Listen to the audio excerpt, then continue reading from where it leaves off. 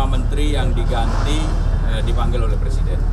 Prosesnya dari mulai setelah sholat maghrib, kebetulan yang mendampingi Bapak Presiden adalah Wapres, saya dan Pak Pratik, dari semua 13 menteri yang dipanggil itu ditemui dan juga disampaikan alasannya. Tentunya Presiden juga menyampaikan terima kasih kepada para menteri yang dipanggil.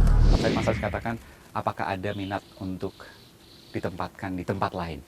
Siapa yang menyampaikan itu, Mas Anies? Pak Presiden.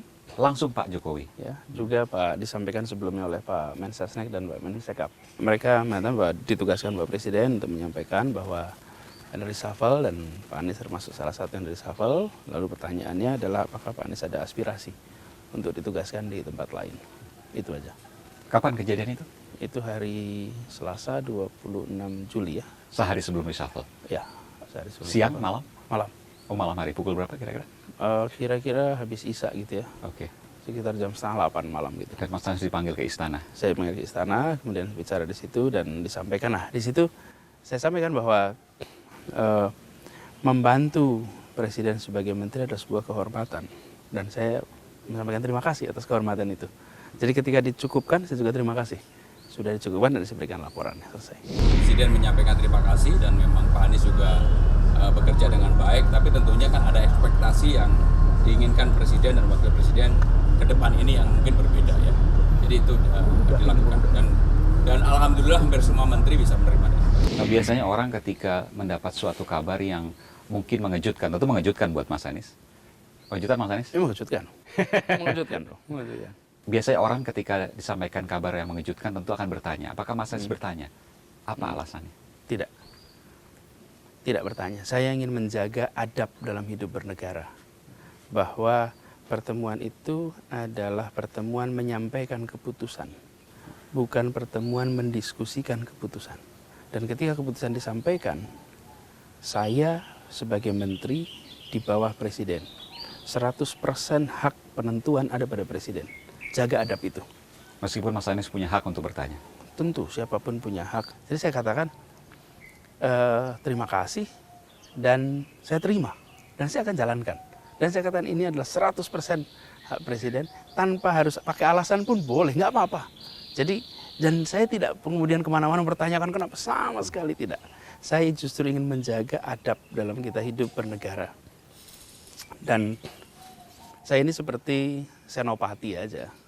Senopati itu ketika raja menugaskan berangkat ke laga A. Saya ditugaskan berangkat ke laga A, namanya Laga Pendidikan dan Kebudayaan. Itu adalah arenanya. Ketika sultan atau raja itu memerintahkan kembali dari laga, kembali. Dan ketika sultan atau raja menanyakan kepada senopatinya tempat lain yang diinginkan oleh senopatinya, jawaban sang senopati adalah? Saya siap dimanapun. Saya siap jalankan, saya bernegara. Tanpa menyebut jabatan apa? Tanpa pun. Kenapa? Karena begini, selama ini pun kita tidak pernah memfokuskan pada apa jabatannya.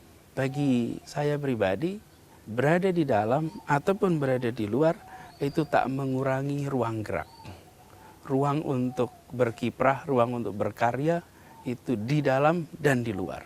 Cara bekerja, cara berperilaku, nggak boleh berubah. Jangan kemudian jadi menteri karena itu selesai, ya nggak ada masalah. Memang biasanya juga normal-normal aja gitu. Ini yang kita coba lakukan. Dan saya juga cari tahu apa yang dilakukan Mas Anies di rumah selama sepekan setelah Mas Anies tidak lagi menjabat sebagai Menteri Pendidikan dan Kebudayaan. Boleh Mas Anies ya? Boleh. Jadi ngapain aja Mas Anies? Yuk, ngapain? Kita lihat-lihat nih. Jadi sehari-hari sih santai kita duduk di sini.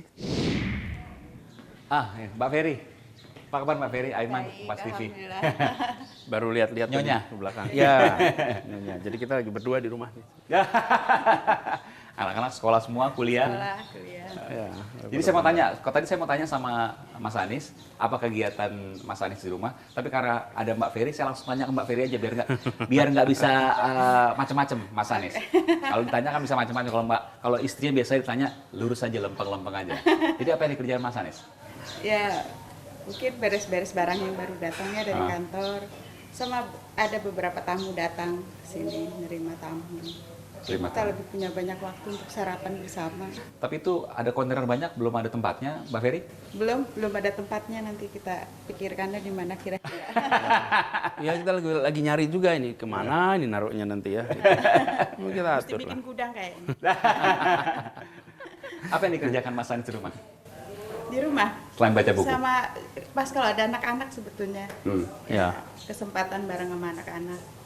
Mereka juga senang, sekarang kaget ayahnya kok ada siang-siang di rumah gitu. Biasanya malam aja. Jadi selama 21 bulan jadi menteri itu sangat minim waktu untuk anak-anak? Iya, memang sedikit. Kadang saya titipkan anak-anak kalau ada acara keluar kota yang memungkinkan anak-anak ikut, diajak salah satu. Kemudian mengantarkan Kaisar ke sekolah hari pertama? Ya. Naik motor pula? Ya. Kenapa milih naik motor? Wah, kalau dari sini, dari Cilandak, Lebak Bulus, sekolahnya Kaisar tuh di Cinere. Naik motor aja itu 40-45 menit. Padahal kurang lebih berapa? 8 kilo ya? 8 kilo. Kalau pakai Google 8,2 gitu kilo. 8 kilo. Bayangkan naik mobil. Bisa luar biasa lamanya. Jadi nggak apa tuh? Dulu kan pejabat, menteri, kemana-mana duduk di kursi belakang, sedan empuk atau kijang ya? Kijang. AC, ada kawalan lagi. Sekarang motor nyetir sendiri, boncengin anak. Gini, ketika saya tugas di kabinet pun, di mobil Kijang selalu ada helm, selalu ada jaket, ada kaos tangan, ada masker.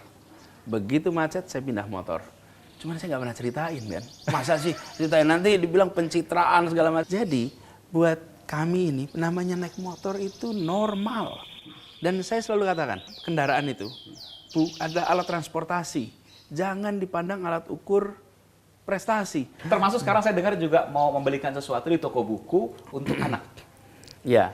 Ini karena daerah yang macet, saya dengar, ini nggak tahu nih, rencananya juga mau naik motor, betul? Ya, memang saya biasanya kalau daerah-daerah dekat sini, kalau saya pergi ke toko-toko kelontong yang dekat di sini atau mau ke warung yang dekat ya pakai motor. Memang dalam 20 bulan ini saya jarang melakukan. Tunggu. Jarang dilakukan selama 21 bulan ini. 20. Artinya pernah, selama jadi menteri, pernah pakai motor juga sendiri? Pernah. Cuman kan jarang sekali. Karena Kemana waktu itu? kalau dekat-dekat sini aja. Nyetir Dan sendiri? nyetir Bawa sendiri. sendiri? Jadi menteri pada waktu itu bawa motor sendiri? Nggak ada yang tahu itu? Nggak ada yang tahu. Masa saya cerita-cerita gitu.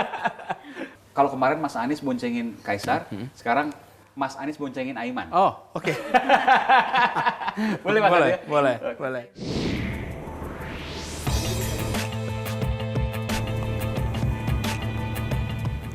Berjuang di tengah kemacetan bersama dengan Mas Anies Baswedan. Beginilah suasananya.